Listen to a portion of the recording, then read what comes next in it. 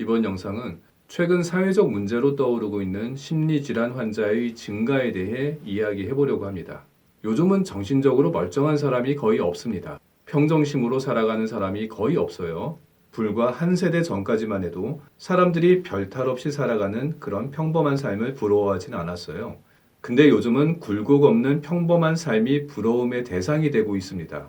왜냐하면 우울증이나 공황장애 같은 심리질환이 있는 사람들은요, 단 하루도 편하기가 어렵거든요. 하루를 살아도 마음 편히 살아보는 게 그들의 소원일 겁니다. 정신과 치료를 받는 사람들이 의외로 정말 많습니다. 그리고 병원을 가지 않더라도 사설 상담기관 이용자들까지 합치면 건강하고 멀쩡한 정신으로 살아가는 사람들이 아마 열에 두세 명 꼴도 안 될 수도 있습니다. 그런데 정신과 치료 환자의 수는 모든 연령대에서 증가하고 있는데요. 가장 심각한 문제는 20대 이하 젊은 층으로 갈수록 정신질환 환자들의 증가 속도가 훨씬 빨라지고 있다는 겁니다. 실제 보건의료 빅데이터의 통계 수치를 보면서 설명을 드릴게요. 첫 번째로 ADHD입니다. 요즘 점점 흔해지고 있죠. 최근 5년간 연도별 진료 환자 수 추이를 보시죠. 2017년 5만 3,070명에서 2021년엔 9만 9,488명으로 증가했고요. 전체 증가율은 87%대입니다. ADHD 성별 비율인데요. 남자가 81.5%로 여성보다 압도적으로 많습니다. 그러면 20대 남성에만 한정해서 증가율을 보겠습니다. 2017년 3,852명에서 2021년 12,390명으로 5년간 무려 221%나 증가했습니다. 전체 증가율의 2.5배 정도의 수치죠. 두 번째는 공황장애입니다. 최근 5년간 연도별 환자 수 추이를 보겠습니다. 2017년에 14만 4,943명에서 2021년 22만 1,131명으로 전체 증가율은 52% 정도입니다. 남녀 성비율은 여성 52.6%, 남성 47.4%로 비슷합니다. 공황장애는 성별을 거의 가리지 않는다는 거죠. 그리고 20대 남녀에만 한정해서 최근 5년간 연도별 환자 수 추이를 보면요. 2017년엔 남녀 합쳐서 16,580명입니다. 그런데 2021년엔 33,363명으로 무려 107% 증가했어요. 전체 연령대 증가율보다 2배 이상 높습니다. 세 번째로 불안장애입니다. 최근 5년간 연도별 환자 수 추이를 보겠습니다. 2017년에 63만 3,862명에서 2021년 81만 9,080명으로 전체 29% 정도가 증가했습니다. 남녀 성비율을 보면 여성이 58.3%, 남성이 41.7%로 여성이 좀 더 많은 편이고요. 이 중에 20대 남녀에 한정해서 최근 5년간 연도별 환자 수 추이를 보면요. 2017년 20대 남녀가 5만 7,369명에서 2021년 10만 6,354명으로 85%대의 증가율을 보였습니다. 전체 증가율보다 1.5배 정도가 높은 수치죠. 마지막으로 우울증 살펴보겠습니다. 최근 5년간 연도별 전체 환자 수 추이를 보면 2017년도에 68만 169명에서 2021년엔 91만 785명으로 전체 34% 정도가 증가했습니다. 전체 성비율을 보면 여성이 65.1%로 3명 중 약 2명이 여성이었습니다. 이 중에 20대 여성에만 한정해서 최근 5년간 환자 수 추이를 보면요. 2017년 4만 4,340명에서 2021년 11만 5,096명으로 무려 160% 정도가 증가했습니다. 20대 여성이 전체 연령대 증가율보다 무려 5배 가까이 높습니다. 대부분의 질환들은 전체 증가율에서 상대적으로 노년층의 증가율이 더 적게 차지하고요. 젊은 층으로 내려갈수록 해마다 증가율이 높아집니다. 왜 우리 사회는 이렇게 젊은 세대의 정신질환 발병률이 커지는 걸까요? 젊은이들에게 무슨 문제라도 있는 걸까요? 과거 세대의 젊은 층과 2020년대의 젊은 층이 무슨 차이가 있는 걸까요? 혹시 우리 사회가 유독 젊은 층에게만 가혹한 사회일까요?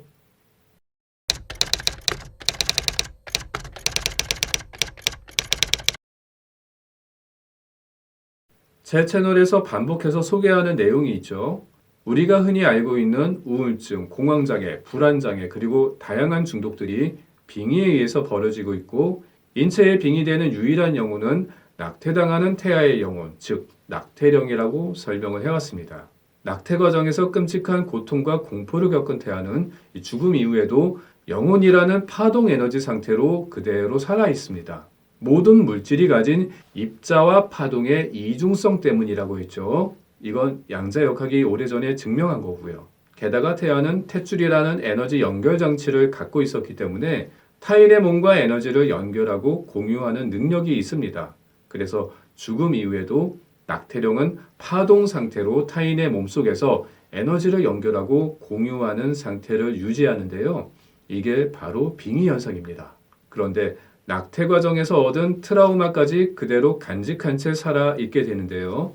그래서 낙태령에 빙의된 몸의 주인은 낙태령이 발산하는 불안정한 감정 에너지를 온몸으로 느끼게 되면서 다양한 정신질환이나 신체화 증상이 발현됩니다. 그게 바로 우울증, 조현병, 공황장애, 알코올 중독 등등이죠. 그러면 낙태가 우리 주변에서 얼마나 많이 이루어지고 있는지 잘 모르는 분들도 많을 겁니다. 2017년 연합뉴스 보도기사에 의하면요. 박명배 배재대학교 실버보건학과 교수가 연세대 원주의과대학과 공동으로 분석한 결과에 따르면 2007년 10월부터 2016년 10월까지 벌어진 낙태 시술이 연평균 50만 건으로 추정된다는 내용이 있습니다. 일부 산부인과 의사들은 연평균 70만에서 80만 건으로 추정한다고 합니다. 작년도 2022년 출생 건수가 24만 명이었습니다. 낙태가 출생수보다 2배 이상 많다는 거죠. 낙태 자체는 아주 오래된 행위예요. 중국 문헌에는 기원전 2400년 전에도 낙태 관련 기록이 있다고 합니다. 그러니 중국과 가까운 우리 민족도 아주 오래전부터 낙태를 해왔을 것으로 추정이 되죠. 서양도 기원전 1200년 전 아시리아 제국의 법전에 낙태 관련 처벌 규정이 기록되어 있다고 해요. 우리나라는 특히 1960년대 이후부터는 아들, 딸 구별 말고 둘만 낳아 잘 키우자는 산하 제한 정책을 내세우면서 낙태가 더 빈번하게 이루어졌습니다. 1960년대부터 지금까지 60여 년이 흘렀는데요. 연간 50만 건을 기준으로 하면 지금까지만 해도 3천만 건 이상이죠. 게다가 60년대부터 90년대까지는 남아선호 사상에 의한 낙태가 흔했기 때문에 그 시기는 연간 100만 건으로 추정하기도 합니다.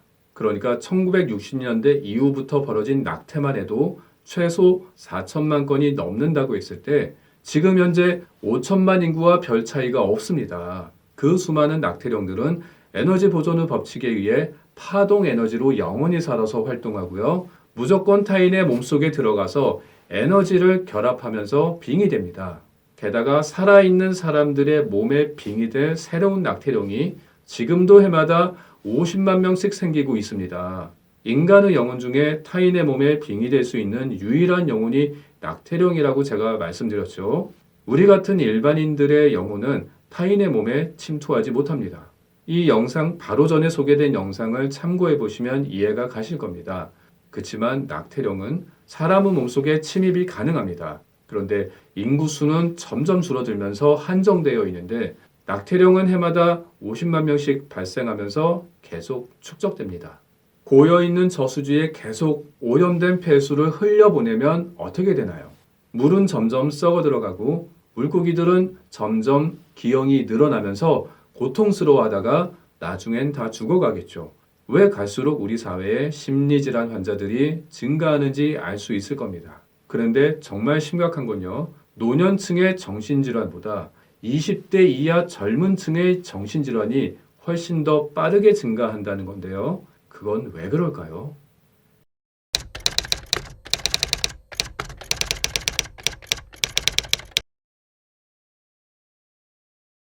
이전 영상에서 이런 내용을 소개한 적이 있었죠. 낙태령은 세대를 건너 어린 자녀에게 옮겨가는 경향성이 강하다고 했습니다. 낙태를 하는 건 대부분 20에서 40대 가임 여성입니다. 간혹 10대 청소년도 있습니다.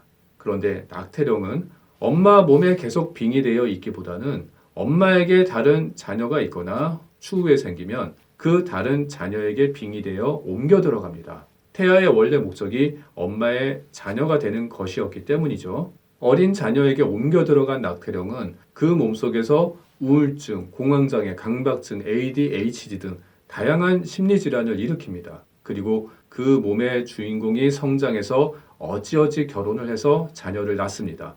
빙의된 낙태령은 태아이기 때문에 의존성이 아주 강합니다. 그래서 의존성을 보존하기 편하도록 가족 내 어린이가 태어나면 그 어린이에게 옮겨 들어가서 주변 어른들에게 의존하면서 편하게 있으려 합니다. 그러면 그 몸의 주인은 부모 세대를 이어서 빙의가 된 채 다양한 심신의 문제를 드러내며 자라게 됩니다. 그리고 또 그 자녀가 성인이 되어 결혼하고 자녀를 낳으면 그 어린 자녀에게 옮겨가는 가능성이 아주 높습니다. 이렇게 한번 생긴 낙태령은 영원히 사라지지 않고 세대를 거쳐 자녀에서 자녀에게 옮겨가는데요. 낙태령이 어린 자녀 세대로 옮겨가는 것 때문에 20대 이하 젊은 세대의 정신질환이 상대적으로 훨씬 빠르게 증가하고 있는 겁니다. 왜 그런지 더 자세한 설명을 이어가 보겠습니다.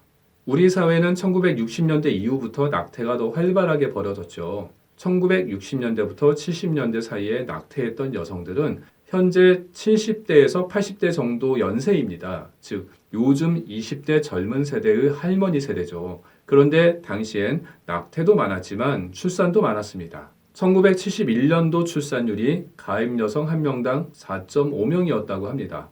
이때는 여성이 낙태를 한 명 하더라도 4, 5명의 자녀 중 1명에게 빙의되었을 겁니다. 나머지 자녀는 양육만 정상적으로 하면 별 문제 없이 평범하게 키울 수 있었죠. 그런데 낙태는요, 전혀 안 해본 여성도 있지만 대여섯 명 넘게 해본 여성도 있습니다. 꼭 낙태를 1명만 하라는 법은 없습니다. 저는 10명 정도 낙태하신 어머님도 본 적이 있습니다. 그리고 1980년대부터 90년대 사이에 낙태했던 여성들은 현재 대략 50에서 60대 정도 연령대입니다. 현재 20대 젊은 세대의 어머니뻘 세대죠. 1990년대 출산율은 2명 이하로 떨어져서 1.5에서 1.9명 사이였습니다. 그러다 2002년에는 출산율이 1.3명까지 떨어졌습니다. 이때 여성이 낙태를 했다면 1명이 겨우 넘는 귀한 자녀에게 빙의가 되는 겁니다. 그만큼 빙의의 피해를 입는 자녀의 비율이 더 높아졌다는 거죠. 그런데 낙태령은 가족 안에서 바로 아래 자녀 세대로 이동하는 경향이 강하다고 했어요. 그러면 1960년대에서 70년대 사이에 발생한 낙태령은 요즘 20대 젊은 세대들의 부모님들에게 내려갔을 겁니다. 그런데 가족 안에서 어린 자녀가 발생하면 또 아래로 이동한다고 했죠. 그럼 조부모 세대의 낙태령은 부모 세대에서 그 아래 손주 세대로 이동하게 되죠. 그런데 이게 다가 아니죠. 20대 젊은이들의 부모 세대들도 낙태를 많이 했습니다. 그 낙태령들까지도 직계 자녀 세대에게 내려가서 빙의된다는 게 문제죠. 그러면 현재 20대 젊은 층들은 부모가 지은 낙태령뿐만 아니라 조부모가 지은 낙태령까지 내려가서 이중으로 빙의되는 일도 빈번하게 벌어지고 있습니다. 게다가 혈기왕성한 20대니까 본인이 임신하고 지은 낙태령까지 빙의되면 3중으로 빙의되는 경우도 있습니다. 이렇게 낙태된 영혼들이 자녀 세대에서 그 아래 자녀 세대로 계속 내려가기 때문에 상대적으로 노년층의 정신질환 증가율보다 20대 이하 젊은 층의 증가율이 훨씬 더 높은 겁니다. 폐수로 오염된 강물도 상류로 올라갈수록 오염도가 줄어드는 것과 같은 이치입니다.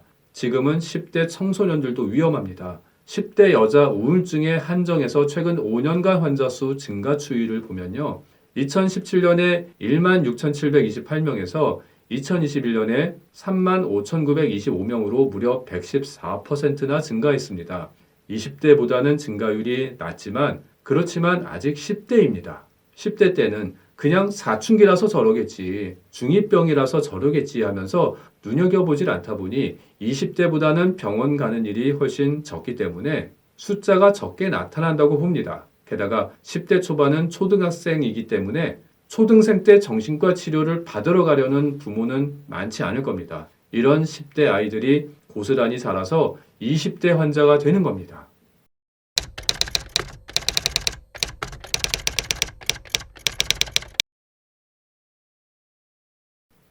최근에 출산 수가 확 줄었습니다. 2012년에 48만 명이 태어났는데요. 2022년에 24만 명이 태어났습니다. 불과 10년 만에 반토막이 난 거죠. 정말 난리가 난 겁니다. 왜 이렇게 출산이 줄어드는 걸까요? 사회가 점점 먹고 살기 힘들어서. 그런데 먹고 사는 건 1970에서 80년대가 더 힘들었을 겁니다. 근데 그때 출산율이 훨씬 더 높았습니다. 출산수의 감소는요, 저의 관점에선 젊은 세대의 정신질환 증가와도 관련이 깊다고 봅니다. 우울증이나 불안장애, 공황장애, 그런 심리질환을 가진 환자들은 낙태령이 빙의된 상태에서 의존성이 강한 사람이 많습니다. 의존성이 강하다 보니 성인으로서의 책임을 회피하는 경향이 강합니다. 그래서 결혼을 해서 가정을 책임지는 걸 싫어합니다. 자녀를 낳아서 육아를 책임지는 것도 기피합니다. 그렇기 때문에 결혼 자체를 안 하려고 하는 거죠. 그리고 결혼을 하더라도 책임지는 상황을 피하기 위해서 아이를 갖기 싫어하고 딩크족이 되는 경우가 많습니다. 그래서 출산이 점점 감소하는 결과를 초래하는 겁니다. 그리고 결혼을 하려면 그 전에 연애 단계를 거치잖아요. 그런데 우울증이나 공황장애 같은 심리질환이 있는 상태에선 정상적인 연애를 지속하는 게 아주 어렵습니다. 그런데 20대 이하 젊은 세대의 심리질환이 빠르게 증가하다 보니 병을 가진 당사자들도 연애 관계를 지속하기가 어렵고요. 병이 없는 정상적인 사람들조차 주변에 워낙 환자들이 많다 보니 결혼하고 싶을 정도로 괜찮은 상대방을 만날 기회가 점점 사라지고 있어요. 그리고 낙태령에 빙의되면 이유 없이 대인기피증을 갖는 경우가 많습니다. 그냥 사람 자체를 혐오하거나 의심을 품고 살아갑니다. 사람 자체를 피하고 싶은데 무슨 연애를 하겠습니까? 그래서 요즘 20대 이하 젊은 세대들은 아예 연애 자체에 대한 관심이 줄어들고 그냥 모태솔로로 살아가는 사람들이 늘고 있습니다. 연애 자체에 관심이 없다 보니 결혼 욕구도 당연히 줄어들고 자연스레 출산도 줄어드는 겁니다. 이렇게 출산율과 출산수의 감소는요, 20대 이하 젊은 세대 정신질환의 빠른 증가와 비례하면서 서로 직접적인 영향을 주고 있고요. 이는 해마다 50만 건씩 계속 축적되고 있는 낙태와 관련이 깊습니다. 젊은 세대들은 윗세대에서 저지르고 있는 낙태에 의해서 아무 잘못 없이 빙의되어 심리질환을 얻고 살아갑니다. 그러면서 건강한 가정을 꾸리고 평범한 아버지로서, 엄마로서 살아갈 기회를 점점 박탈당하고 있는데요. 낙태 행위가 지속되는 한 젊은 층의 정신질환 증가는 더 심각한 사회적 문제가 될 것이라고 봅니다. 심리치료 전문가로서 정말 안타까운 현실이 아닐 수 없고요. 저와 함께 개인적인 치료를 통해서 심리적 질환에서 벗어나실 수 있을 겁니다. 이번 영상은 모든 연령층 중에서도 왜 유독 20대 이하 젊은 층의 심리질환이 더 빠르게 늘고 있는지 그 근본적인 이유에 대해 소개를 해드렸고요. 다음 영상에서 또 다른 유익한 이야기로 인사드리겠습니다. 감사합니다.